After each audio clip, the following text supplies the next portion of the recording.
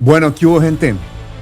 Sinceramente, lo que está pasando en Medio Oriente está cogiendo ya unos visos absolutamente increíbles. Trump pidiendo primero ayuda a la OTAN, luego la OTAN negándose, indiferencia entre la OTAN y Trump. Trump furioso porque la OTAN no quiso llevar barcos para ayudar a vigilar el estrecho de Hormuz y permitir el paso. Entonces, hay una situación en la que posiblemente estamos viendo o el final de la OTAN tal como la conocemos o el final de las relaciones del Atlántico Norte entre los países como la conocemos. Trump, por otra parte, furioso con Europa. Después de todo esto, si la guerra termina pronto, se va a quedar Estados Unidos con muy pocos amigos en la zona del Golfo Pérsico. Por otra parte, Arabia Saudí, Emiratos Árabes pidiendo que termine el trabajo, es decir, que antes de irse, que acabe con Irán.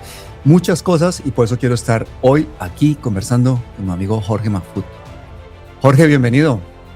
¿Qué tal, Pablo? Es un gusto estar siempre en tu programa y bueno, luego interactuar o ver tu audiencia cómo reacciona. Sí, bueno, pues que tenemos muchísima curiosidad de todo lo que está pasando. Para empezar, hace rato que no hablábamos contigo, cuéntame cuál es tu valoración de esta sorpresa que se ha llevado Estados Unidos con un Irán, con un poder misilístico enorme que le hace frente no solamente a Estados Unidos, sino a Israel, que pone en jaque a la región y que bombardea 27 bases militares en Medio Oriente.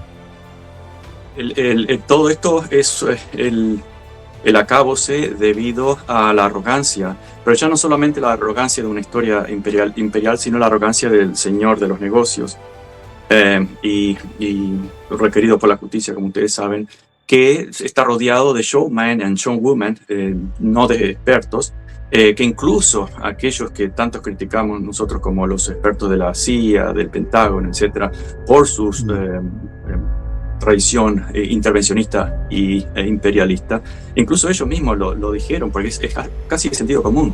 Irán no es Irak, Irán no es Venezuela. Y todos sabían perfectamente cuáles eran los puntos débiles. Primero, tenemos un país súper montañoso. Segundo, con una tradición muy fuerte de resistencia, con casi 100 millones de personas, y con el estrecho de Hormuz a su disposición. Es decir, no hay que ser un genio para darse cuenta de que Irán era un problema muy grande. Y como ustedes saben ahora, bueno, los mismos analistas de la CIA o aquellos que no eran expertos pero estaban en seguridad nacional, etcétera, contraterrorismo, todo eso como le llaman, están renunciando porque no quieren verse implicados en este nuevo vallacochinos, pero masivo. Bueno, eso es lo que tenemos. Y Trump no sabe cómo salir de ese futuro fiasco. Va a tener que buscar alguna salida honorable, que además podría marcar el fin de la hegemonía estadounidense, incluso militar, que es lo último que le queda. Bueno, honorable y Trump en la misma frase es una cosa muy complicada de oír. Yo creo que la salida que va a utilizar siempre será la mentira, ¿no? El engaño, la fuerza y huir hacia adelante con nuevos y mayores problemas y escándalos, porque esto es lo que está haciendo el tipo. Todo el mundo dice, bueno, estamos viendo que se acabaron las normas internacionales, dos tipos directamente pasando por encima del Congreso del Senado de Estados Unidos. Digo dos tipos porque parece que Netanyahu es el que toma las decisiones.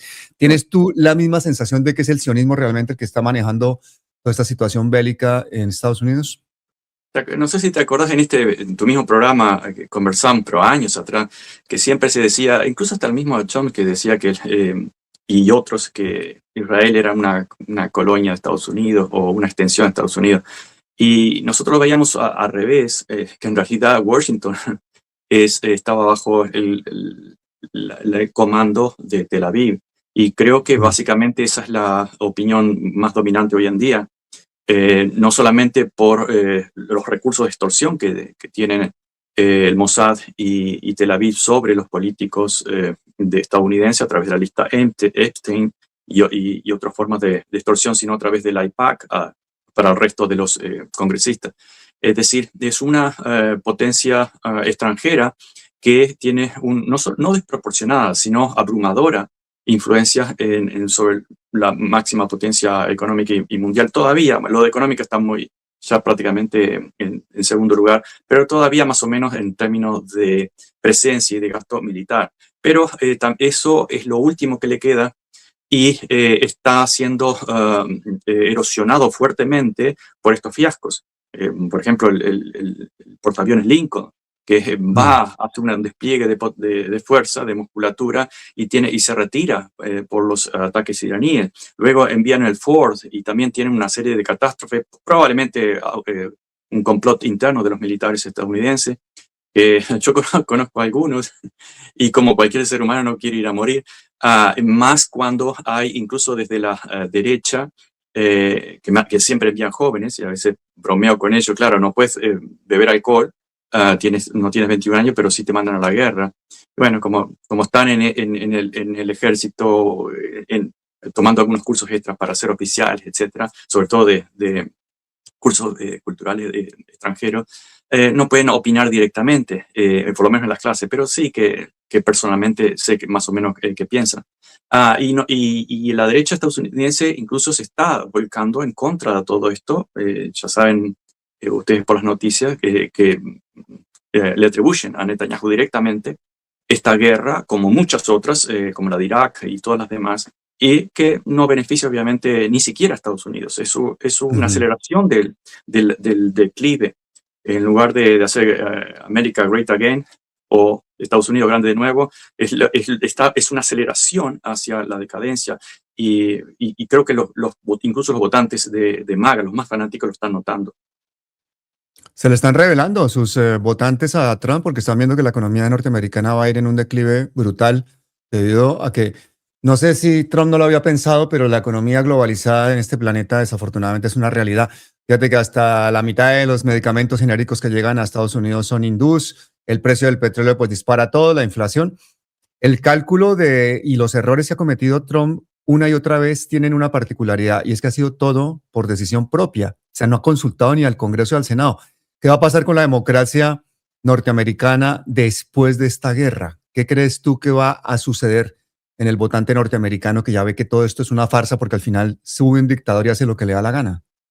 Sí, y él mismo se vanagloriaba, indicando con un dedo su cerebro que ahí estaba la solución. Esa arrogancia del tonto, típico.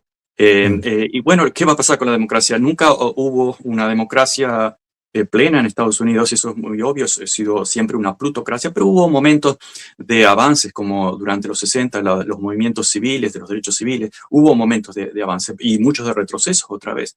Pero la mayor parte de la historia estadounidense ha sido marcada por la esclavitud, por las corporaciones, que son herencia de la esclavitud, por un sistema electoral que es herencia de la esclavitud, por la evangelización, la creencia contra la realidad, que es básicamente lo que está intentando hacer Trump y va a intentar hacer Trump. Es decir, los hechos son inocultables. Hoy en día el objetivo no es ocultar hechos. Hoy en día es resignificarlo, es decir, bueno, en realidad perdimos pero ganamos, ese tipo de cosas, es un acto de fe. Y eso es lo que va a intentar Trump, pero todo tiene un límite. Cuando se golpea el bolsillo de los votantes, especialmente aquí las estaciones de servicio son los templos más sensibles de la fe estadounidense, y alguno puede verlo. Mira el precio del combustible y vas a ver el ánimo de los consumidores Mm. y el momento ideológico de los consumidores. Eso va a sufrir fuertemente. Y todo, yo creo que sigue, no es nada nuevo, pero seguimos marchando hacia un quiebre. Pueden haber reversiones políticas que van a ser hacia la izquierda, claramente, tanto en Estados Unidos como en América Latina, pero el gran quiebre va a estar más adelante, y ahí sí puede haber, es muy difícil que haya un cambio radical, cultural radical, pero sí una reversión ideológica que vaya contra este sistema capitalista. Y eso va a comenzar no por una toma de conciencia, obviamente, como nunca ocurre, sino con la percepción de que la crisis es inocultable. ¿Cuáles son esos puntos débiles? Bueno, el derribamiento del sistema de petrodólares, por ejemplo, para hablar de algo más cercano, que son los países del Golfo Pérsico que están sosteniendo ese sistema de petrodólares. Y ahora sí se están dando cuenta que las bases militares estadounidenses, incluso lo hemos dicho, se lo he dicho a algunos, yo tengo 300 estudiantes, pero algunos están estudiando para oficiales y se los digo directamente. Esas bases militares que tienen, primero que son injustas, porque nosotros no somos la policía del mundo. Segundo, que son carísimas y es una forma de dragar todo el esfuerzo económico de la población de Estados Unidos más de los deudores de otros países. Y tercero, que es obsoleto, no sirve para nada. Y ahora se está demostrando que eran en realidad puntos débiles, porque es tan fácil atacar las bases militares como un portaaviones, fácil, entre comillas, para un país como Irán.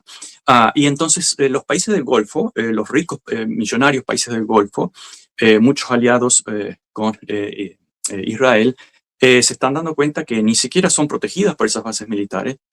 Segundo, de que Irán está rompiendo ese orden del petrodólar, vendiendo petróleo en yuan, etc. Y que es muy difícil que se repita la historia de Saddam Hussein, que intentó salirse del dólar, o de Muammar Gaddafi, que intentó salirse del dólar, o incluso de Nicolás Maduro. Los tres cayeron, ¿verdad? De distintas formas. Y en este caso es mucho más difícil. Entonces, este es un momento crítico, clave, es una forma de aceleración de la historia, que vamos a ver resultados dramáticos para el mundo entero y especialmente para Estados Unidos. Oye, en las últimas horas han pasado pues bombardeos por todas partes, entre otras cosas, un recrudecimiento de los bombardeos de Israel en el Líbano, pero también el asesinato del Arijani, que no es ni más ni menos que el ministro de Inteligencia de Irán. Sí, Esta asonada de asesinatos de personajes claves por parte de Estados Unidos en Irán han visto pues pocos resultados, porque no se ve ni que se debilite Irán, ni se desestructure el régimen, ni que vaya a haber un cambio de régimen. Entonces, ¿cómo entiendes tú que Trump insista en una estrategia que le ha fallado, que le va a seguir fallando, a pesar de que todo esto le está costando muchas más millonadas a Estados Unidos que al mismo Irán? Sí, para Estados Unidos catastrófico desde el principio. Segundo, eso fue una obsesión y siempre ha sido por 40 años de Netanyahu y de Tel Aviv. Esa es la única explicación. El descabezamiento, y además, si leemos New York Times, el Washington Post, el Wall Street Journal, todos los grandes medios estadounidenses son sionistas, obviamente, el CNN, algunos se dicen de izquierda, de derecha, mentira, son básicamente de la extrema derecha sionista, y insisten en cada titular, el régimen iraní, ok, es un régimen, y Israel no es un régimen. Pero ahora, la solución, según Israel, es descabezar el régimen. No tiene ningún efecto. Al contrario, es un efecto de radicalización, como viene ocurriendo desde 1953 con la caída de Mossadegh.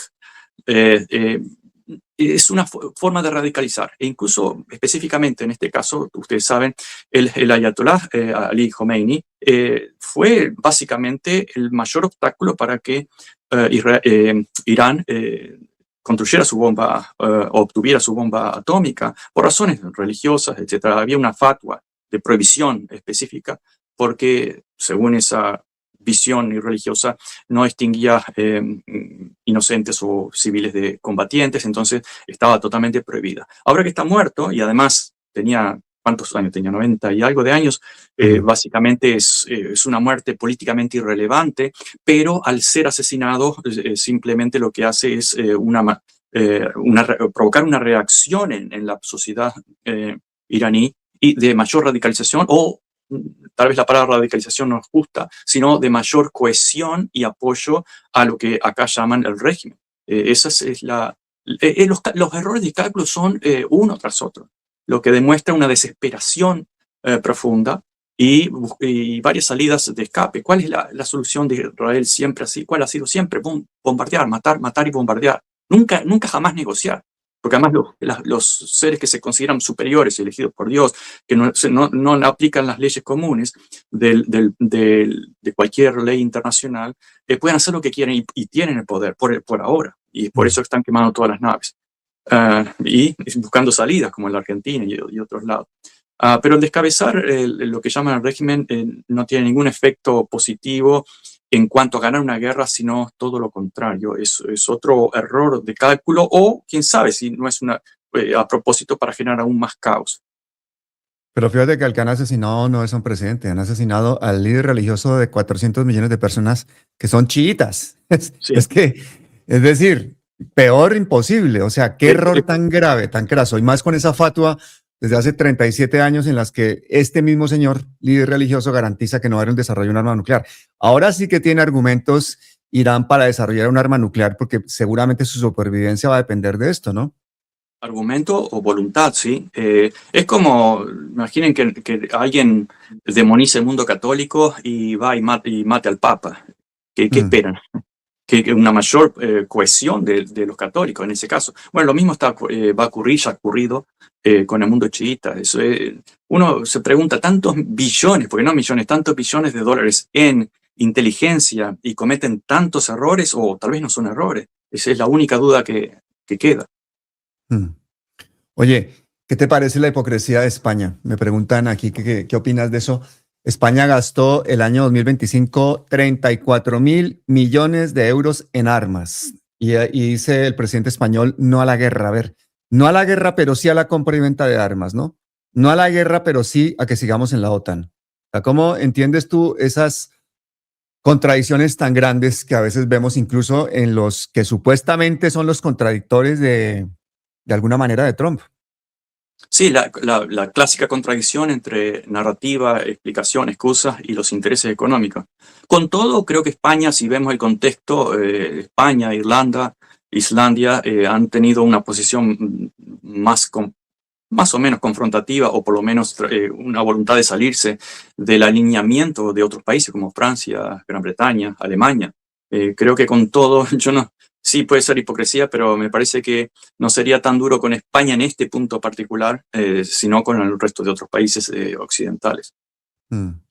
¿Tú crees que va a ser el fin de la OTAN? Porque si la OTAN se niega a obedecer al máximo emperador del planeta en cuanto a ir a cuidar los barcos cargueros al estrecho de Hormuz, y en este momento hay un distanciamiento y Trump dice que entonces ya no necesitan ellos a la OTAN y que la financiación de la OTAN se va a acabar por parte de Estados Unidos, ¿tú crees que estamos ante el final de la OTAN o ante la aparición de un nuevo organismo internacional con otro nombre, pero que siga siendo la misma OTAN, solo que sin la No sé, financiación gringa? sí. No sé, habría que definir lo que sería el final, porque podría continuar como institución, así como la ONU sigue como institución y no sirve para nada. Mm, Podría ser, de hecho, el mismo Trump disolvió de facto la OTAN mucho antes, incluso hasta amenazando a Dinamarca con tomar Groenlandia, etc. Entonces, es una relación, como diría Borges, que no los une el amor, sino el espanto. Y mm, eso es la OTAN, un proyecto original de los nazis y de Hitler, básicamente, una herencia de la posguerra mundial. En este momento, la OTAN es un cinturón o un saco de fuerza de Europa. Lo ha sido en Ucrania, pero también lo ha sido de muchas formas. Por ejemplo, el no independizarse y jugar, como hacían los iroqueses en Norteamérica, pensando, bueno, tenemos dos lados. En este caso de los europeos tenemos China de un lado y Estados Unidos del otro. mm, ¿Cuál es la posición más fuerte? Bueno, primero tenemos una economía muy importante y señores, a ver quién nos ofrece más, y no estamos casados con ninguno. Esa sería la posición más fuerte de Europa. Pero los líderes europeos siempre han estado casados con Washington y con Israel, que es básicamente lo mismo. Y por lo tanto, Europa sigue como la prostituta de Estados Unidos y de Israel, y no saca el mayor provecho geopolítico, estratégico de su poderío económico, no tanto mm, militar. Recuerdan que la idea de Donald Trump es lo que podríamos decir la americanización de la sociedad europea, que mm, todavía es bastante mejor que la estadounidense en muchos aspectos. Yo hace poco estuve, hace unas semanas ahí, y se ve incluso en la calle hasta los países más económicamente débiles como Grecia, etc. Se ven sociedades una vida social intensa. Cuando en Estados Unidos seguimos obsesionados con la violencia, con la guerra, con el miedo, y con problemas sociales muy fuertes acá adentro. Entonces, ¿cuál es el modelo a seguir? ¿El modelo estadounidense? No, para nada. Entonces, los europeos deberían decir, no, no vamos a militarizarnos, gastar trillones de dólares empobreciendo al resto de la población, y vamos a a negociar con lo que tenemos, que es básicamente la economía. Y bueno, negociaremos con China o con Estados Unidos según la conveniencia. Creo que eso es lo que no quiere Trump. Permanentemente los está acosando como el bully de barrio a los europeos también, pero sabe que sus líderes están también en el bolsillo de Tel Aviv, como lo está el propio Trump y Washington. Hombre, lo que ve uno con tristeza es que una cosa son los europeos y otra cosa es lo que está sucediendo a nivel de la Unión Europea, de los gobiernos, porque realmente yo creo que la gente pues no piensa que tenga una democracia representativa, ni mucho menos que la Unión Europea represente los intereses ni el continente, ni mucho menos de los países. Se han quedado con el poder pues de forma triste, pues una serie de títeres de los globalistas, y tenemos aquí a Ursula von der Leyen y a Kaja Kallas haciendo lo que les da la gana, y en una actitud totalmente belicista, en una actitud totalmente absurda, en la que yo creo que la gente pues, se ha acostumbrado a eso. A mí esa es la parte que me parece más triste de todo, ¿no? Que realmente los que están tomando las decisiones para irnos a estas guerras son siempre un puñado de personas, hombres o mujeres, pero jamás grandes porcentajes de la población están pidiendo las guerras o invasiones o bombardeos. A diferencia de Israel, en el que un porcentaje muy importante de la población sí está de acuerdo con las acciones bélicas de Netanyahu. ¿Cómo ves tú ese secuestro de la democracia, no solamente en Europa, sino en buena parte del mundo? Primer ejemplo, Estados Unidos. La palabra correcta de los dichos es un secuestro de la democracia o de la idea de la democracia, pero esto ocurrió ya desde el principio de la época de los esclavistas, se secuestró el concepto de democracia. Y actualmente, por ejemplo, se dice que Israel es la única democracia, primero que no es la única, el Líbano también es una democracia, con la ventaja de que es biconfesional, están los musulmanes y los cristianos compartiendo el poder. En Israel no, es un Estado judío, es una teocracia como la iraní, pero además con un fuerte apartheid, pero se vende como la única democracia, lo cual es totalmente ridículo. No se, y además, si fuese la única democracia, no tiene ninguna democracia ningún derecho a imponer a los demás sus intereses o su voluntad, como está haciendo Donald Trump en este momento. Y dice, bueno, puedo hacer lo que quiero con Cuba, puedo hacer lo que quiero con Venezuela, puedo hacer lo que quiero con lo que quiera. Es una dictadura perfecta y siempre ha sido, hasta recientemente, se está abandonando ese concepto de, bueno, luchamos por la democracia, todos válidos, podemos matar, asesinar, porque estamos luchando por una buena causa, la democracia. Típico del colono que se siente moralmente superior y puede asesinar, matar y romper todas las reglas. Entonces, sí que es una democracia, son democracias secuestradas, siempre lo han sido, pero en este caso, últimamente, de una forma más radical. ¿Quién secuestra las democracias? Aquellos grupos que han concentrado el poder financiero y consecuentemente el político, militar y mediático. Eso se ve claramente, como vos decís, y está estudiado cuantitativamente, en que cada vez que las poblaciones, en el caso europeo, están en contra de algo, los gobiernos deciden lo contrario. Eso ha sido aún más claro en Estados Unidos. Hay varios estudios, Princeton y muchos otros, es que demuestran claramente cuando la población estadounidense está en contra de algo, se aprueba en el Congreso. Cuando está a favor de algo, no se sigue, ya sea el Congreso o en la Casa Blanca. Y muy recientemente lo vimos con claridad. El 75% de los estadounidenses estaban contra una invasión o una intervención en Venezuela, se intervino. Más recientemente, el 70% estaba en contra de cualquier intervención en Irán, se intervino y se bombardeó. Entonces, ¿qué importa la opinión de la población? Ahora, claro, ha bajado ese apoyo. Los que están en contra de la guerra en Irán, en Estados Unidos, en su generalidad, no, los jóvenes están, la abrumadora mayoría, en contra, pero en la totalidad son un 53%, bueno, menos del que 70%, pero aún la mayoría. Y eso ocurre generalmente cuando los países entran en guerra. Bueno, ahora que estamos en la guerra tenemos que ganar porque sería catastrófico, o el patriotismo, más publicidad, propaganda patriotera, patriotista, etcétera, por no decir patriótica. Y eso es natural. Entonces, ¿dónde está la democracia? No existe ninguna democracia, son sistemas electoralistas. Y los sistemas electoralistas están totalmente secuestrados, incluso desde la Corte Suprema, incluso dice que la Corte Suprema en Irán es independiente, pero está en cierta medida el jefe de la Corte Suprema nominado por el gobierno, por el líder supremo. Bueno, lo mismo hacemos acá en Estados Unidos, pero nadie dice que eso está mal. y generalmente es una profundísima corrupción legalizada y secuestrada por el dinero. Punto. El dinero y nada más. Así es. Y hablando de dinero, fíjate, te voy a contar una anécdota. Estaba el otro día haciendo un programa con una amiga, con Laura, aquí, y que estuvo en Barcelona en la Feria esta internacional de comunicaciones. Estaba sorprendida de lo que se habló de defensa en una feria de comunicaciones y todo derivando hacia la defensa. Tengo un amigo en Alemania que trabajaba en una empresa que lo que hacen es fabricación de maquinaria industrial agrícola, tractores y cosas. Esa empresa está dedicada ahora en un 80% a hacer tanques. Es decir, hay una deriva hacia la guerra y hacia lo armamentístico impresionante. Y si tú te pones a ver el panorama internacional, dices, a ver, Irak y Yemen están en conflicto. Siria devastada. Cisjordania, pues, mejor dicho, no hablemos. Gaza sigue el genocidio. Líbano, los sionistas quieren que sea la nueva Gaza. Sudán y Somalia en guerra. Es decir, 16 países en el Medio Oriente, más todo lo que está sucediendo en el resto del planeta. Si no estamos en la Tercera Guerra Mundial, ¿esto cómo se llama, Jorge? Sí, y lo que decías antes de las industrias, recordemos que los tanques de guerra fueron posteriores a la invención de los tractores de Caterpillar, de ese tipo de tracción. Y lo mismo los aviones, se le agregó una ametralladora. Es decir, siempre los inventos generalmente resolvieron temas prácticos para la sobrevivencia, para la producción, para la vida, y luego inmediatamente fueron secuestrados o adaptados a la guerra.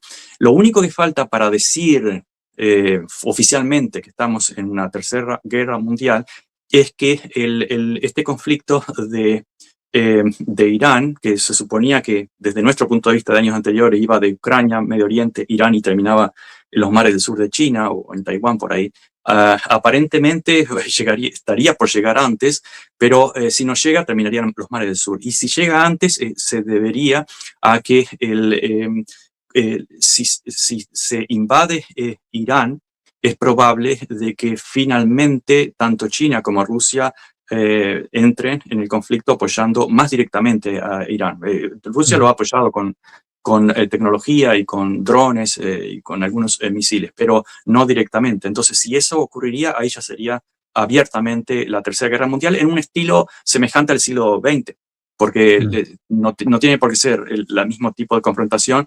Ya estamos en esa catástrofe y es muy probable que continúe en un área virtual de inteligencia artificial, que eso sería una tercera guerra mundial tipo siglo XXI. Pero como bien decía, ya estamos ahí y lo único que falta es que China y Rusia entren en el conflicto directamente. Bueno, están a su manera en la guerra económica, en la ayuda estratégica, Sí. tecnológica. Recordemos que las guerras hoy en día son tan multidimensionales que Sí. no solamente se limitan al campo donde se estiran las bombas y donde se destruyen las vidas de las personas. Fíjate lo que está haciendo Palantir en el planeta entero, la guerra, la inteligencia artificial, la velocidad a las que estos algoritmos están permitiendo la destrucción, la ubicación, los hechos miserables que se ven afectando pues no solamente la vida de las personas, sino al mismo planeta. Por ejemplo, el desastre medioambiental con todos estos buques petroleros que están siendo bombardeados, refinerías. Sí. Dios mío, de eso no se habla, pero eso es un daño que yo creo que cómo se recupera el planeta cuando han hecho uno tras otro pues derramamientos de petróleo, esas cantidades. El otro día vimos una bomba enorme sobre precisamente Teherán, en la que habían volado los israelíes el depósito de combustible más grande y hubo un hongo totalmente negro, tóxico, totalmente lloviendo con residuos químicos sobre la ciudad. O sea, una Sí. guerra química en toda, y todo ese daño al planeta, a las vidas y todo eso, pues como parece que de eso no se habla. Estamos hablando de esto como si fuera un videojuego, ¿no? Tiró un misil, tiró el otro, ¿qué va a pasar con Trump? Como si fuera una telenovela. Pero la realidad de las secuelas en las vidas de las personas y en el mismo planeta, ¿por qué no se habla de eso, Jorge? ¿Nos estamos acostumbrando a el infoentretenimiento o cómo es la cosa? Sí, porque los beneficiados de toda esa catástrofe son los dueños de los medios masivos. No tienen el monopolio absoluto porque vemos que en las tecnologías actuales hay cierta resistencia, pero es muy controlada. A veces cuando nos salimos del límite, ya por ejemplo los canales como el tuyo o los bajan o los banean, como decís vos. Pero la catástrofes medioambientales de las guerras son siempre evidentes, ¿no? ¿Verdad? Pero también la traza de contaminación, de polución de los billonarios es muchas veces superior al resto del mundo.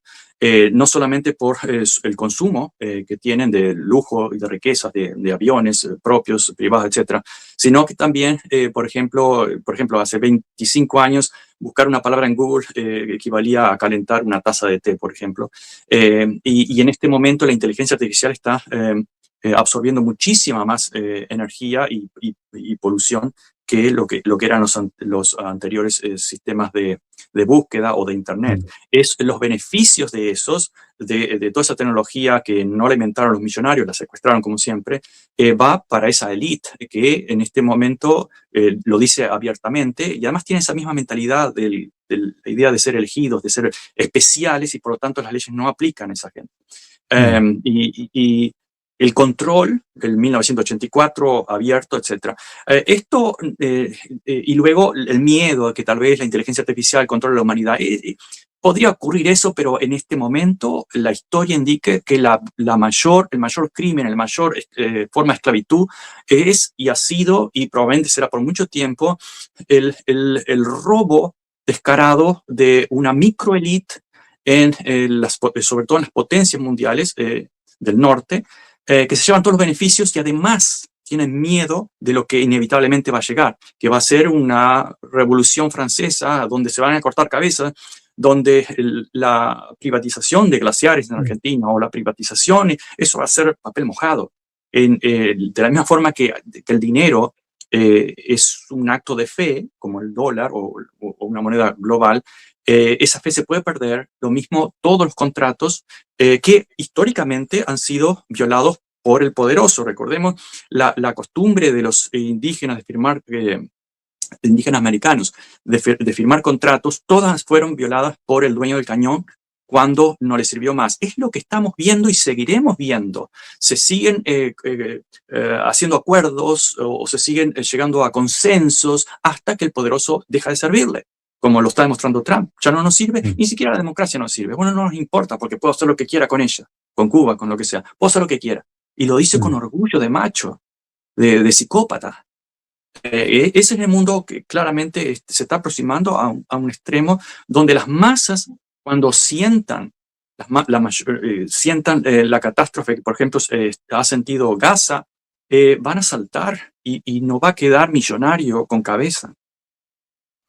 Ese Trump que cuando tenía su reality le decía a la gente, "You're fired", ahora es el que dice, vamos a cogernos Cuba, vamos a cogernos Venezuela, vamos a cogernos, vamos a destruir Irán, etcétera, etcétera, etcétera. De alguna forma hemos pasado a legitimar una cantidad de cosas y una de las cosas en las que yo no me canso de repetir en el canal, Jorge, a la gente para que la gente lo entienda, es que toda esta guerra contra Irán se ha hecho con la excusa de que Irán estaba desarrollando armas nucleares.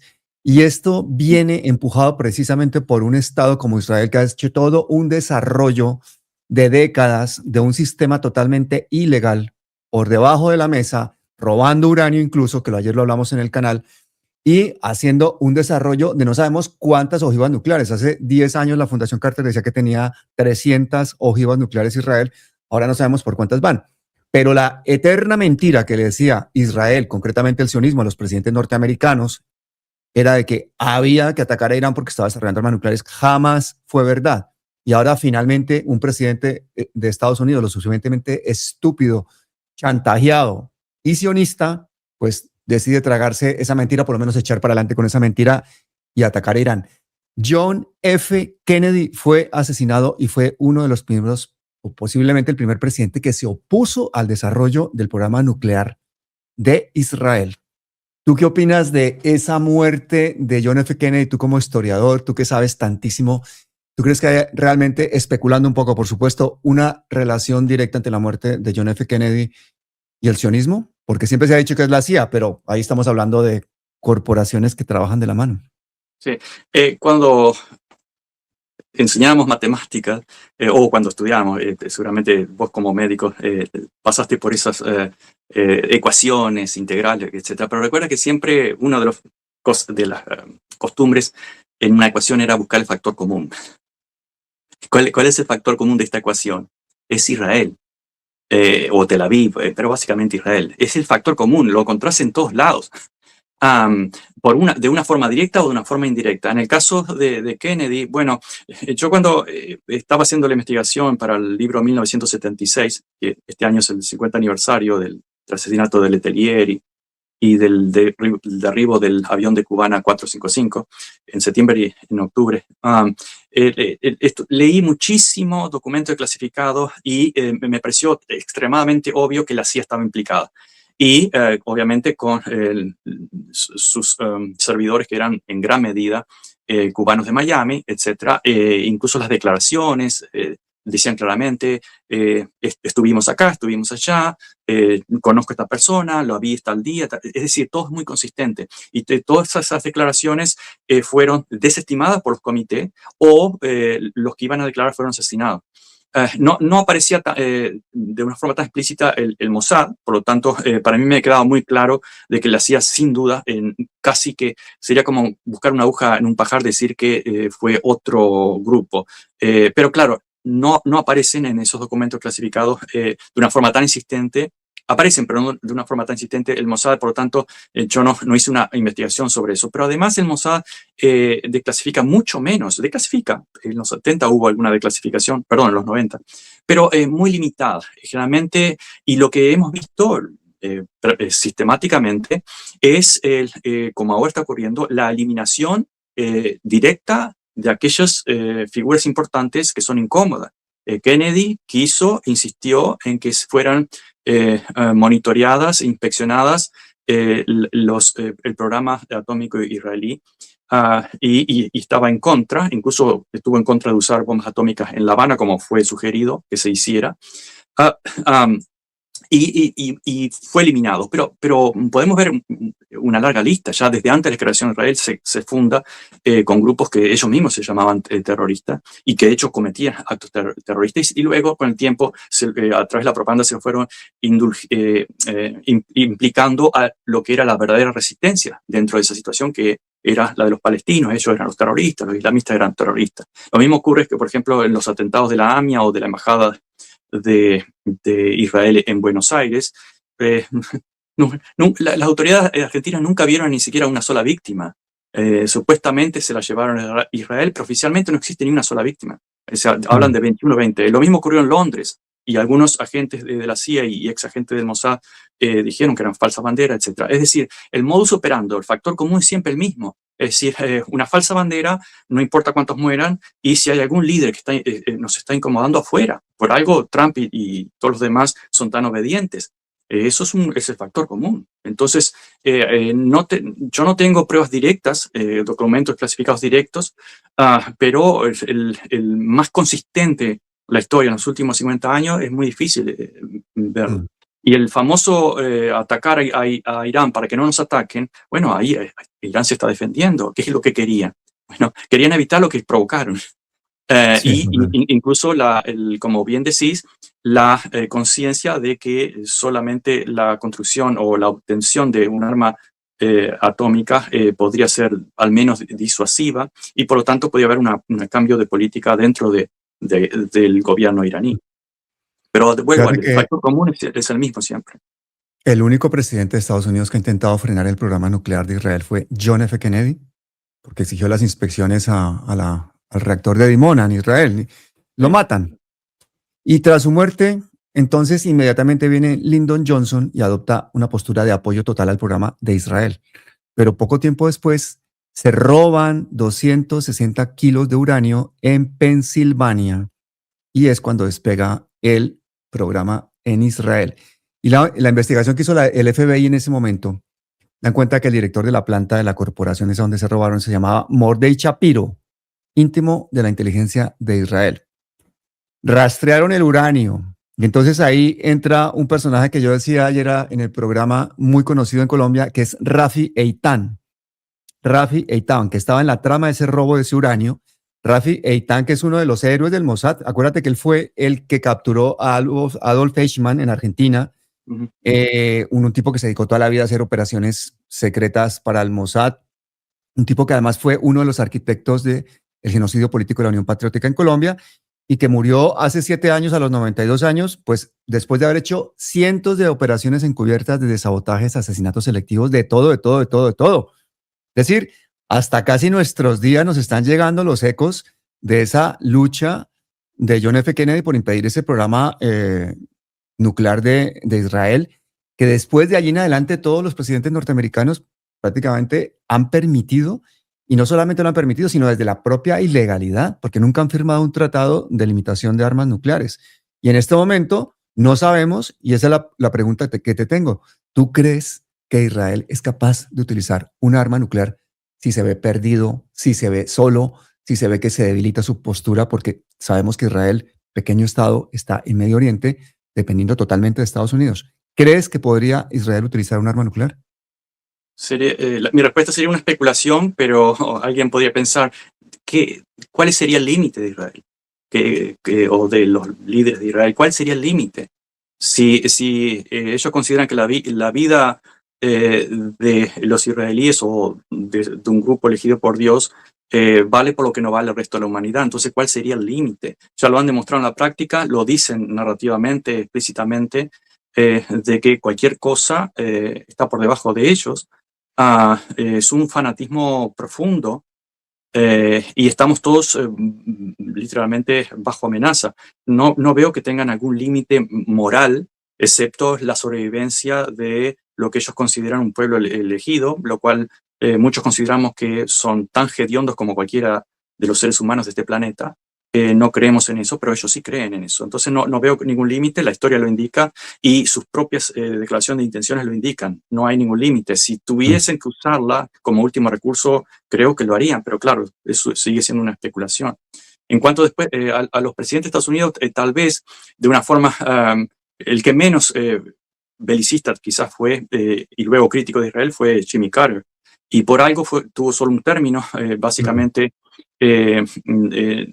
bueno, perdió contra Reagan obviamente en los 80, pero él, a pesar de que tiene algunos apoyos militares o económicos, algunos regímenes en Asia, él intentó desescalar el apoyo o el dinero que se le enviaba, Washington tradicionalmente enviaba a las dictaduras, tanto como la de Pinochet, debido al caso de Letelier, como incluso de Napoleón Duarte, de Centroamérica, que ustedes lo conocen, saben en Colombia. Israel proveyó armas, pero también envió armas a Guatemala y El Salvador, para sustituir esa debilidad de Jimmy Carter, que dijo, bueno, no vamos a apoyar más regímenes de extrema derecha, y que se arreglen como puedan en cierta medida, y por algo la revolución nicaragüense triunfa en el 79.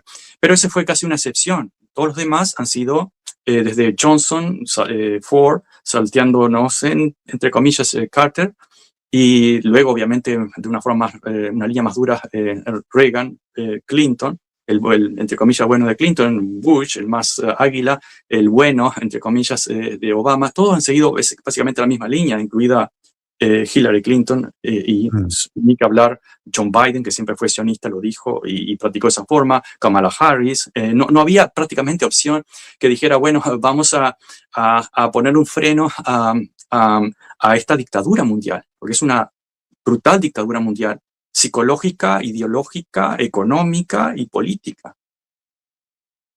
De momento lo que sí nos quedamos es con el dato preocupante de que el único país que ha soltado bombas nucleares sobre ciudades ha sido Estados Unidos en el 45, Hiroshima y Nagasaki, en final de Segunda Guerra Mundial. La guerra prácticamente concluida, Hitler ya suicidado, Japón derrotado y en proceso de rendición, y les soltaron bombas nucleares a población civil, los Estados Unidos. ¿Tú crees que Trump sería capaz de repetir la historia? También depende cuán acorralado está. Yo creo que Trump no tiene, tal vez no termine su término, su mandato de 4 años. Ojalá. Es muy probable, ya sea que le van a inventar incapacidad intelectual, o que sea una forma de salir de este caos que él ha ayudado a crear. Seguramente no es el único que inventó esto, incluso su yerno, incluso hasta él mismo dice, bueno, yo seguí los consejos de mi yerno, prácticamente ese tipo de política de alcoba. Es probable que no termine, pero claro, ¿cuáles son las opciones? Vance no es mejor, podría ser una forma de negociar esta callejón sin salida que es Irán, si esto se prolonga y se afecta a la economía y se afecta al bolsillo de los estadounidenses aún más todavía, y los europeos, pero sobre todo estadounidenses, no creo que le dé el tiempo para usar una bomba atómica, pero Ujú. si no hay un movimiento fuerte luego de las elecciones de noviembre de impeachment o de remoción de alguna forma por tema de salud, intelectual, mental, lo que sea, de Trump, sería muy raro, pero es probable que sí, que eche mano a esa opción. Pero bueno, tal vez sería la forma en que Israel encuentre de no usarlas ellos mismos y que la use alguien más. Estados Unidos ya la usó, podía usarla de nuevo. Ahora, el caso de las bombas atómicas, antes de esas bombas atómicas en Japón, Estados Unidos ya había matado a 100.000 personas en pocos días con bombas convencionales, napalm, etc. Es decir, la bomba atómica tiene un efecto psicológico brutal, pero yo creo que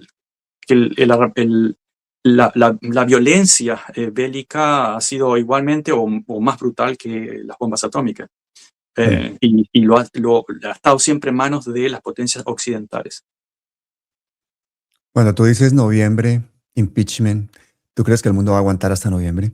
Si llevamos 19 días de esta guerra y ya tenemos la escalada que tenemos con todos estos países en llamas, con la economía mundial en alerta total y la inflación disparándose por todas partes y el desastre medioambiental y etcétera, etcétera, ¿tú no crees que tiene que pasar algo antes?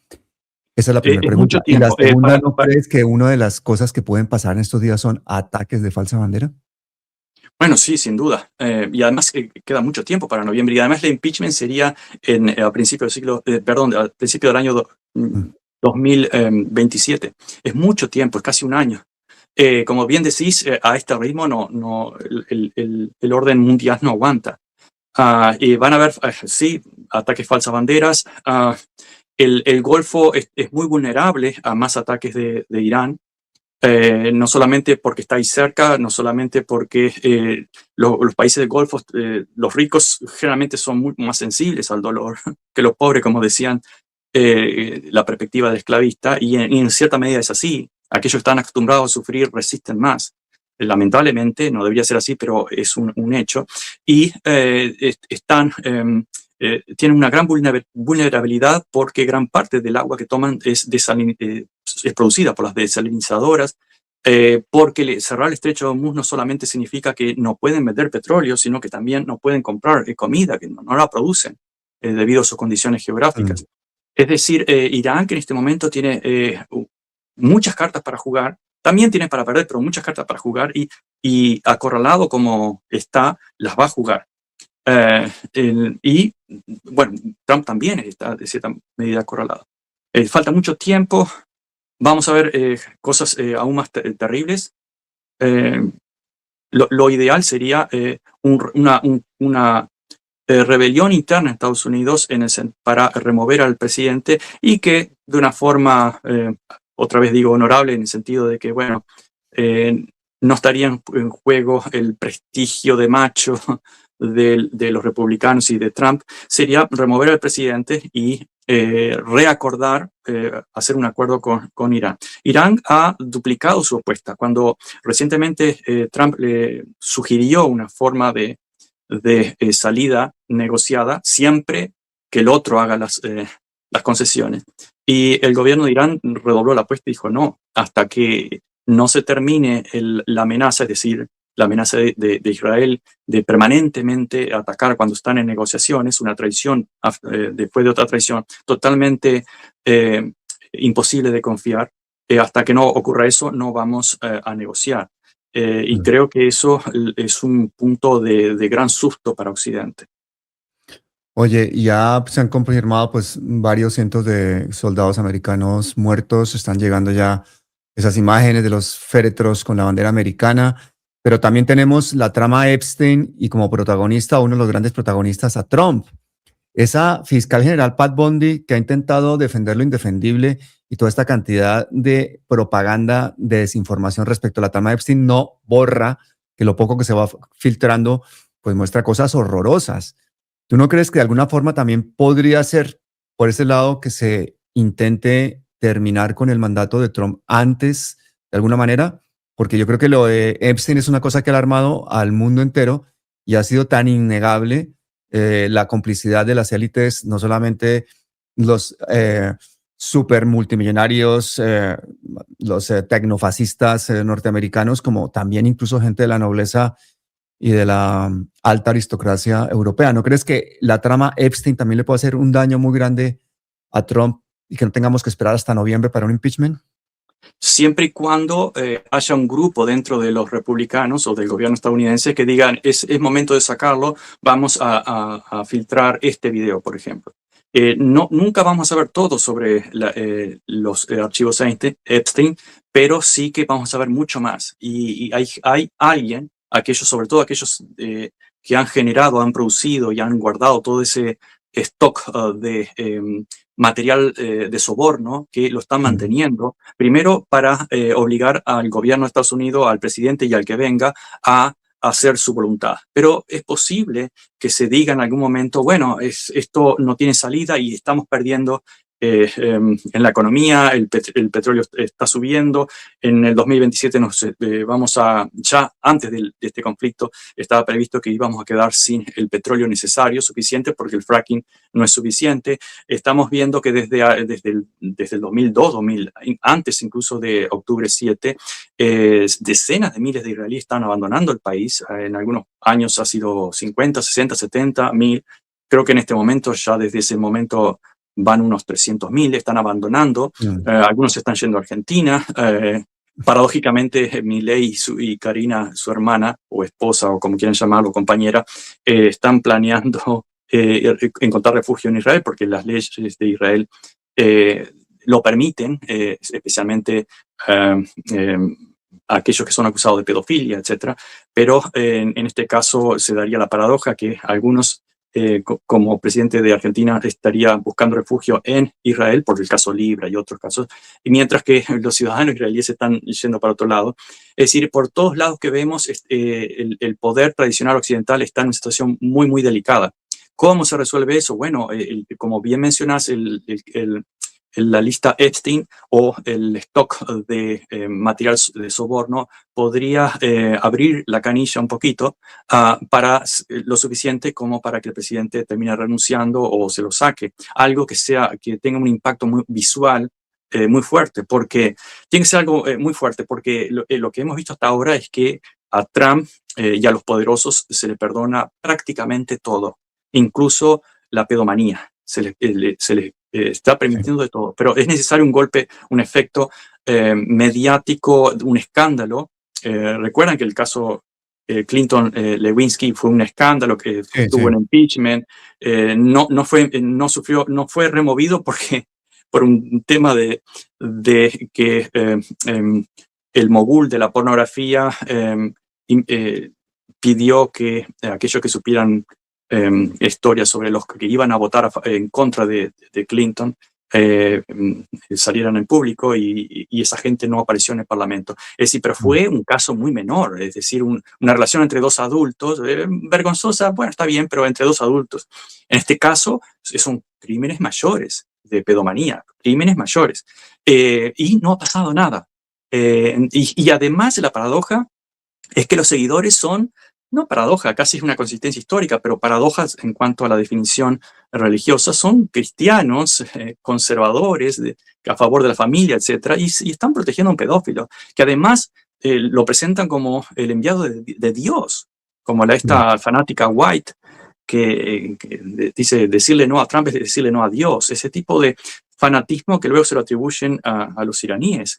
Mm. Es terrible. Entonces, esa sería una posibilidad, pero tiene que ser un golpe mediático, moral, muy fuerte, y de golpe para que se lo remueva a Trump y de esa forma salir de este conflicto si no hay otra forma eh, en el medio o una tercera forma de terminarlo, porque los está afectando a aquellos que creyeron que iba a ser una operación fácil y rápida. Lo mismo pasó en Irak, lo mismo pasó en todas las intervenciones, al final quedan empantanados ahí. Y se repite la misma historia y no saben cómo salir del caos en este momento. Claro, ellos militarmente tienen pues una derrota, se queda un país pues como un estado fallido, se pierden millones de vidas, pero las corporaciones militares hacen caja, ¿no? Y se sigue concentrando el poder en pocas manos y al final pues entonces la guerra sigue adelante como un gran negocio.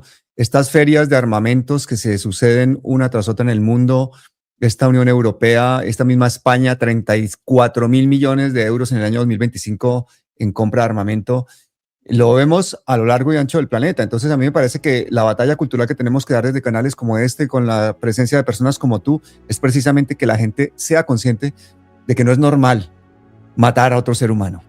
No es normal matar masivamente a otros seres humanos. No es normal destruir a otros seres humanos. No es normal que no se respete la vida, que no se respete el planeta y que no se respete la dignidad de las personas.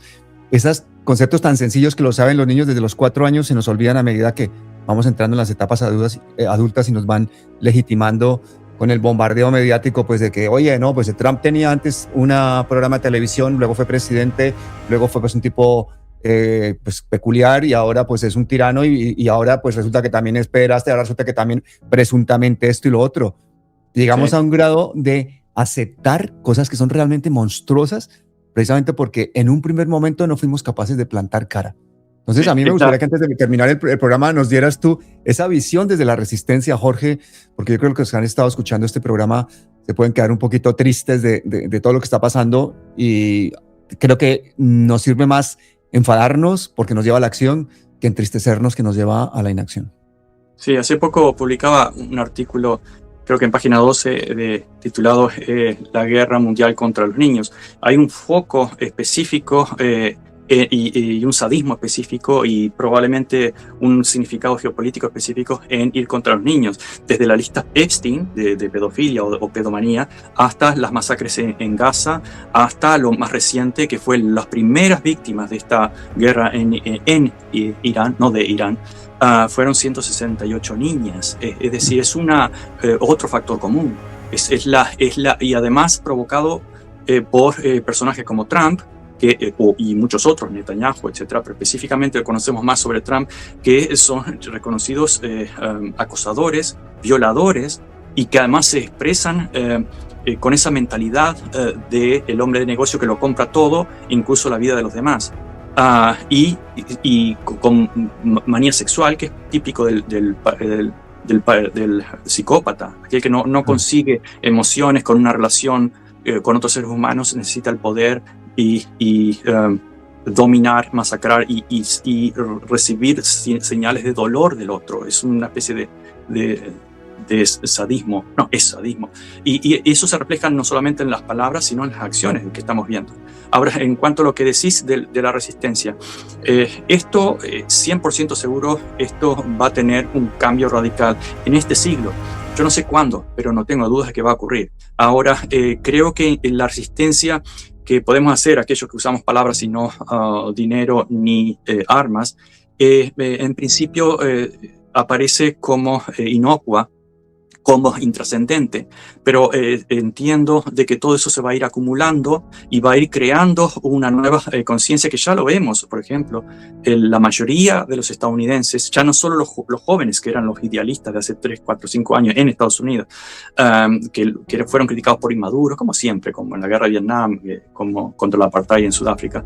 En este momento ya no son solo los jóvenes, sino el 52% de toda la población estadounidense, incluso contando a los mayores de 65 años que todavía son en pequeño margen pro Israel, se han volcado radicalmente en considerar, los palestinos son seres humanos y está bien que luchen por sus derechos humanos. Qué cosa rara, ¿no? Que los palestinos son también seres humanos. Yo creo que alguna vez te dije, hace como 10 años, recibí en mi oficina a un estudiante que estaba relacionado con varios grupos, viajando a Israel, etc. Y se sentó y me dijo, ¿qué piensa usted de los palestinos? Yo le dije, pienso que son seres humanos. Se levantó y se fue. Es algo tan simple como que cause cierta escozor o sorpresa de que uno diga que algún pueblo son seres humanos. Bueno, eso que antes tenía una percepción muy distinta, está cambiando, y creo que todos aquellos que hemos insistido con revisar la historia, no solo una persona, sino muchísimas otras personas como vos y muchos otros, a corto plazo no se ve ese efecto, pero creo que cuando llegue el momento de ese cambio va a estar la masa crítica más o menos madura para que ocurra ese cambio lo antes posible. Bueno, Jorge, yo quiero agradecerte de verdad, como siempre, tu generosidad y tu tiempo, y animar a la gente a que comparta este contenido, a que se suscriba a este canal. Esta es la casa de Jorge Mahfoud, uno de los escritores favoritos de Palabras Mayores, una de las personas que nos cuenta la historia con la voz de las víctimas, nos cuenta la historia con una objetividad científica, que a veces es la que hace falta. Estos contenidos no los van a ver ustedes ni en CNN, ni en Caracol, ni los van a ver publicados por El País, porque todos estos grandes medios de comunicación tienen unos dueños que también son los mismos dueños de las industrias armamentísticas y los mismos que ponen y financian políticos. Entonces, Jorge, muchísimas gracias, hermano, y hasta siempre. Gracias a vos, Pablo, y bueno, todos sabemos que todos corremos algún grado de riesgo, pero es inevitable. Sí, pero merece la pena. Muchísimas gracias. Claro que sí. Cuídate mucho. Un abrazo a todos ustedes. Hasta siempre. Estos son Palabras Mayores.